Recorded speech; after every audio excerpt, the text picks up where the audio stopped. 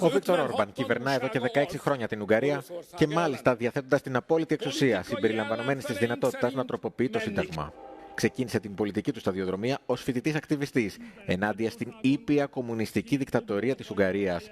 Το 1989 τράβηξε την προσοχή παίρνοντας τον λόγο και απαιτώντας την απόσυρση των σοβιετικών στρατευμάτων.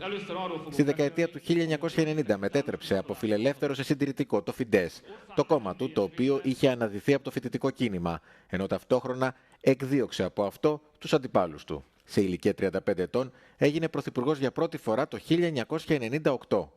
Κατά την τετραετή θητεία του προωθήθηκαν οι στόχοι που είχαν τεθεί κατά την αλλαγή του καθεστώτος, όπως η οικονομική σύγκληση και η ένταξη στο ΝΑΤΟ και την Ευρωπαϊκή Ένωση.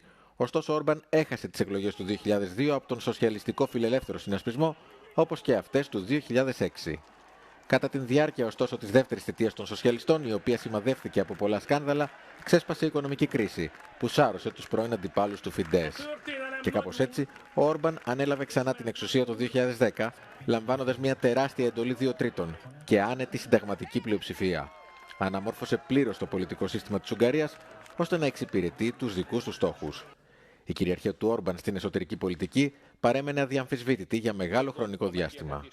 Η προσοχή του στράφηκε στην εξωτερική πολιτική και σταδιακά έγινε ο ιδεολογικός ηγέτης της λαϊκιστικής αντιπολίτευσης εντός της Ευρωπαϊκής Ένωσης, υπερασπιζόμενος ζητήματα ίσονος σημασίας για την Ουγγαρία, όπως η μετανάστευση και τα ομόφυλα ζευγάρια. Τελικά, ήρθε σε σφοδρή σύγκρουση με την ελίτ της Ευρωπαϊκής Ένωσης σχετικά με την ευρωπαϊκή υποστήριξη προς την Ουκρανία, ενώ ταυτόχρονα ανέπτυξε στενούς δεσμούς με τον Ρώσο πρόεδρο Βλαντίμιρ Πούτιν και τον πρόεδρο των ΗΠΑ, Ντόναλντ Τραμπ.